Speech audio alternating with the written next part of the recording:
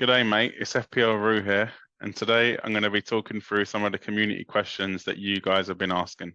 So, first question, best 1 week punt. So, for this, I'm going to go through the different positions. So, we start off in goal, and for me, I think the best goalkeeper for this game week is Aaron Ramsdale. He does have a projected points of 6.4. So, yeah, it's very likely he'll get a clean sheet. Wolves have been struggling to score recently, and yeah, Diogo Costa will be suspended, so their threat going forward will be lacking. For defence, I'd go for Trent Alexander-Arnold.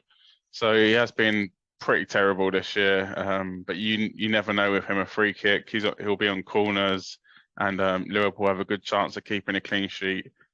He does have 0.44 expected goals or assists, and he is under 20% owned. So yeah, he'll be a great punt for this week. Another player for in the midfield would be Dejan Kulusevski. So he came on last game against Liverpool for Spurs and got an assist for Kane's goal. Spurs have really missed his creativity in the last 5 or 6 games, and he's a big part of the way they attack. He doesn't have an expected goals of 0.92 per 90, and yeah, playing a Leeds team that does ship a few goals, he is looking very good for this week, and I'm pretty jealous of anyone bringing in Spurs assets, as I don't have any. So for the forwards, I would go with Darwin Núñez, playing Southampton at home and on form. Salah's back. Well, Salah's back, we think. And yeah, them two up front together could be dangerous. He is only 8.2% owned, so yeah, a really good punt for this week. So the next question is, what to do with Phil Foden? So for me, having brought him in on my game week 13 wildcard, he has let me down with 2 1-pointers, but I did take him out last week for Marcus Rashford. So for me, I'd be taking him out because yeah, had enough. It is a chance we will get early team news, but you never know with the site, it might crash. So it's probably not worth risking it if you don't have any other transfers to make. My top priorities for that would be bringing in Marcus Rashford, who does play Fulham away. United weren't great last time out, but Bruno should be back for the next game, so they'll have a bit more creativity going forward. Another option is James Maddison. So yeah, he's been on fire the last few games, getting 4 assists in the last 3, priced at 8.2, under 10% owned. Seems like a no-brainer, really.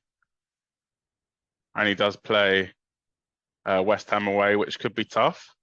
But West Ham, yeah, haven't been their normal selves recently, I'd say. And Leicester can score goals against anyone. So the next question is, should I take a hit this week? So for me, I don't think taking a hit in the last game week of this part of the season, when we have unlimited transfers after the World Cup, is worth it. You're relying on that player to get a return, at least to be able to make back that hit. The only reason I would say is to take a hit is if you're bringing in Haaland and captaining him. So I know a lot of people took him out after we got the team used last week. So yeah, fair enough if you're bringing in Haaland or someone else that you're going to captain. Or if your player's not playing and you don't have anyone else on your bench and you won't get that 2 points, then maybe, but I don't think it's worth it generally. So the next question is, should we start our triple Newcastle assets? So for me, I own double Newcastle. I own Trippier and Callum Wilson, and I will be starting them, especially with Trippier, as he is very highly owned, and any points you'll surely lose rank. Callum Wilson is a tough one. Well, let's talk about Newcastle's attack on a whole. I think they can score against Chelsea. They have been playing really well and much better than Chelsea recently, and I actually fancy Newcastle to get a result in that game. So for me, I would be starting my Newcastle assets and hoping. I think it's doable to get a clean sheet because Chelsea's attack and creativity is almost non-existent at the moment. And yeah, I'm not sure they'll score many goals, but 1 or 2 goals, and you just got to hope that it's one of your assets, which will probably be Almiron or Callum Wilson. And the last question is Foden and Toney replacements if you have 2 free transfers. So they were actually my 2 transfers out last week out of my 3, and I did take them out for Wilson and for Rashford. This week, I don't feel like that's probably the best choice. So options could be, you could go Rashford and Jesus, Saka, Firmino, Somerville, Harry Kane, or any 4.5, 4.6. So Bailey, Harry Kane,